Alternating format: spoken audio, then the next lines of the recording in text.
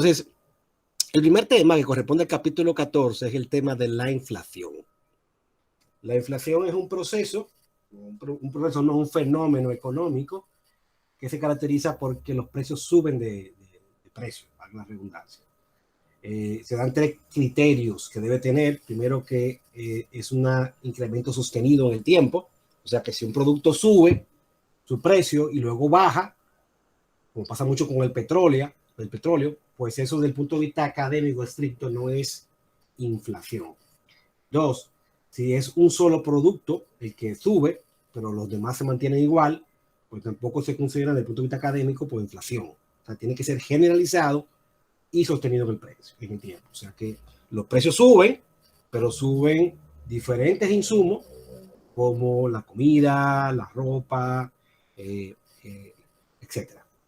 Muchos productos suben y no es de manera coyuntural, no es de manera puntual, sino de manera permanente.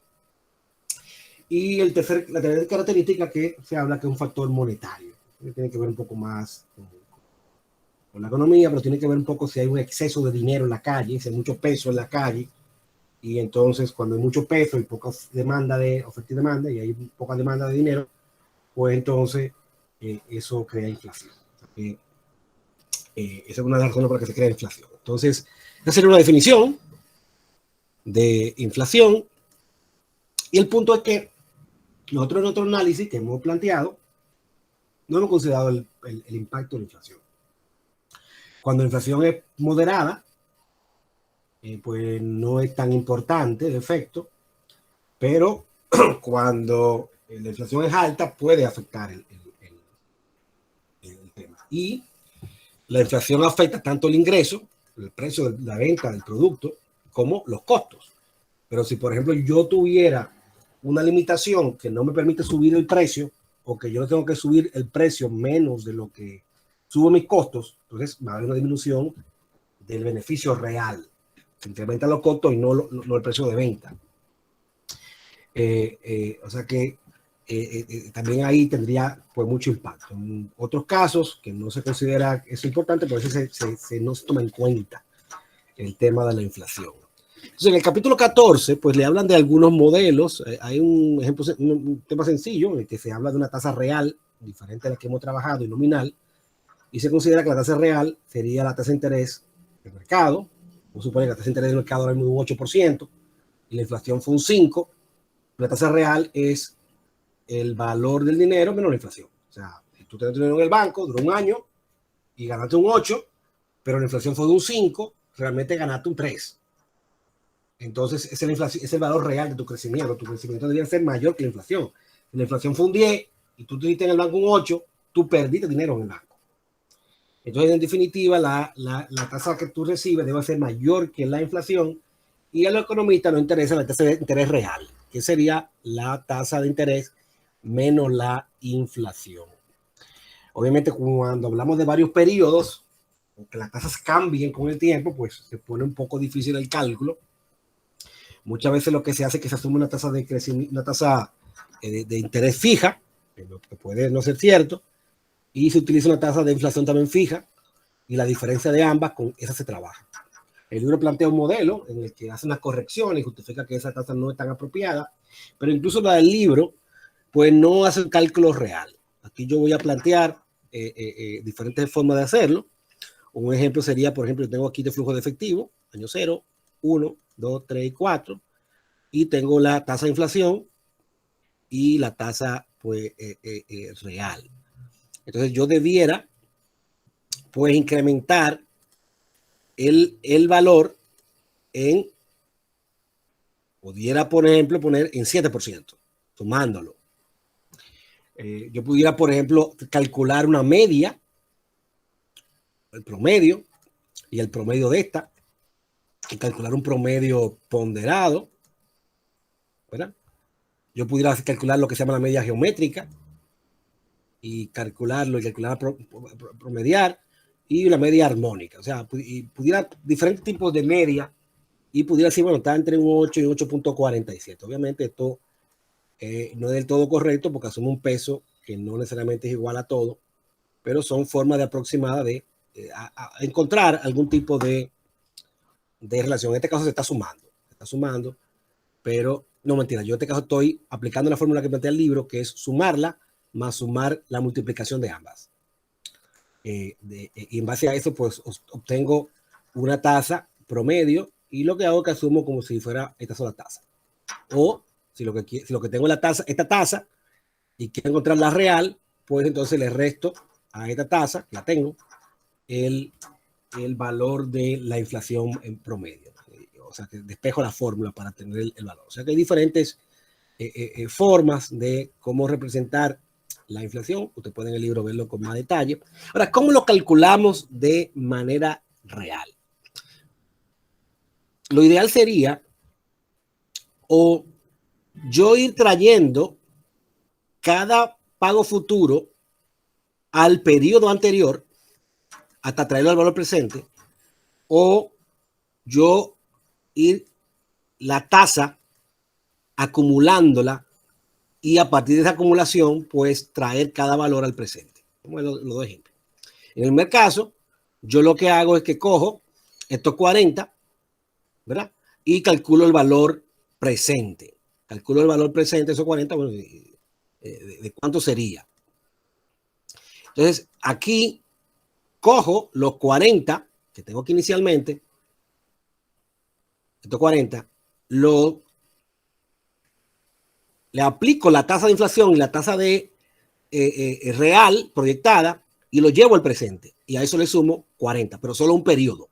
O sea que solo esto afecto un solo periodo y el 40 le aplico, lo divido entre 1,05 y 1,05, lo llevo al anterior y lo que me dé eso le sumo a los 40 actuales. Entonces tengo ahora un valor en el periodo 3 que representa los 40 más este 40 traído un periodo anterior.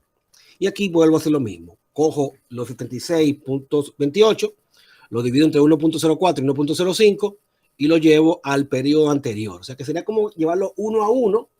A mano sería bien complicado, pero en Excel yo puedo preparar una tabla y pues ya queda todo planteado. Entonces voy haciendo todo el proceso hasta llegar al valor presente y el valor que tengo, 141, pues se lo resto al valor inicial. Entonces, de esa manera, yo estoy considerando, por un lado, el efecto de la tasa real y por otro lado, el efecto de la inflación, como dos factores que afectan el valor. O sea, que es como yo multiplicar por 1 más I, o sea, 40, por 1 más I, por 1 más inflación. Y si lo quiero llevar al valor anterior, al pasado, pues despejo. Sería 40 entre 1 más I, entre 1 más la inflación. Entonces sería como el formato que hice y me daría 32.19. O sea que yo estoy considerando el efecto inflacionario en vez de una tasa general, que es la que hemos utilizado, que no cambia. Y este modelo me permite, pues, suponer que las tasas de inflación, la tasa real, pudieran ser diferentes y me permite entonces en función de eso, pues, realizar el cálculo. Si son iguales, sencillamente la pongo igual y voy a tener el mismo resultado. Ahora, ¿qué pasa si yo sumo una tasa promedio?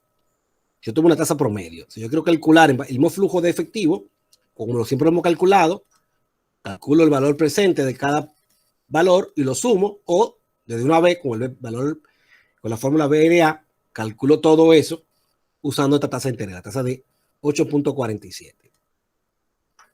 Entonces yo voy trayendo con 8.47 y me da 31.10, que es un valor aproximado. Esa 8.47 la saqué de aquí, la tasa como de otro método. Pero si yo pusiera aquí, por ejemplo, el 8.68, me da 30.10. Si pusiera 8.48, que esta segunda, estoy poniendo toda esta tasa que calculé por diferentes fórmulas, me diera 31.08. Si pongo 8.27, me da 31.69. Y la que tenía inicialmente, 8.47, pues me da 31.8. O sea que todas me dan valores ligeramente más conservadores. O sea, los valores no son superiores al real, sino inferiores. O sea que está bien. Y en definitiva, hago una aproximación que, si vamos a ver, no es tanta la diferencia entre el valor pues real y el valor calculado, ¿verdad? Un 3% de error en la estimación. Que si consideramos que hay incertidumbre con estos valores que están poniendo con hacia el futuro, que no necesariamente van a hacer eso tampoco, pues no es algo que sería del todo inaceptable. Pero tenemos aquí dos alternativas: o usar algún tipo de media y fórmula para encontrar una tasa equivalente, o pues hacer un modelo más complejo y darle entonces los valores que se entienden, entonces tendremos el valor exacto. Obviamente, todo esto son valores supuestos, nosotros no lo conocemos, entonces por eso es que no tiene tanto sentido pues buscar ese nivel de precisión. Y en un modelo probabilístico que mencionamos la clase pasada y que veremos al final de clase, pues yo pudiera esos valores ponerlo a que fluctúen y entonces obtener un valor promedio, un valor, también una desviación estándar para ver qué tan probable es que tengamos una respuesta. Aquí hay el mismo método, pero al revés. Yo aquí lo que voy acumulando las tasas, en base a las tasas y la anterior, la voy sumando y lo que encuentro es un coeficiente, y lo que hago es que con ese coeficiente acumulado, pues calculo su valor presente. Calculo el valor presente de cada uno y luego sencillamente sumo porque ya todo está en el presente. Y yo tengo obviamente el mismo resultado que inicialmente calculamos. O sea, en este yo voy trayendo los valores acumulados al presente acumulado, y aquí yo lo que hago es que la tasa la acumulo y luego entonces pues lo llevo al valor presente. Llevo al valor presente en base a ese valor acumulado. O sea que yo encuentro aquí una especie de coeficientes, que es la multiplicación de 1 más i, por 1 más i, por 1 más i, por 1 más i, se lo voy acumulando en base a los periodos anteriores, acumulo el factor y entonces pues puedo con eso encontrar el valor presente y tengo el valor exacto, obviamente suponiendo que estas predicciones de la tasa pues son correctas. En realidad que no lo sabemos. En definitiva, aquí tenemos dos modelos, dos exactos y uno en base a una tasa promedio, donde uno puede considerar el efecto inflacionario en los modelos en el caso de que sea necesario. Muchas veces no se toma en cuenta la inflación, sobre todo cuando se esperan inflaciones moderadas. Pero cuando se esperan inflaciones que son importantes, o cuando el proyecto es muy a largo plazo, pues pudiera ser importante la inflación porque pudiera cambiar el resultado. Por ejemplo, para una inversión en una propiedad inmobiliaria, el factor de inflación es importante. ¿Por qué? Porque los préstamos con el tiempo van perdiendo valor y para usted en 20 años pagar una cuota, pues con la inflación acumulada su sueldo se va a ver incrementado, ese valor en términos reales va a ser mucho menor, pero la propiedad inmobiliaria se ha revalorizado. Entonces ahí usted gana un poco en términos de la inflación, usted gana de que va a tener en cuenta una propiedad que va a vender más cara de lo que había contemplado, o sea, el valor de rescate va a ser más alto porque la inflación ha contribuido a ese tema. Muchas veces se prefiere trabajar en términos reales, o sea, uno como quien dice eliminar el factor inflacionario. Yo sencillamente trabajar con una tasa real y dejar fuera la tasa de inflación donde supuestamente se compensa.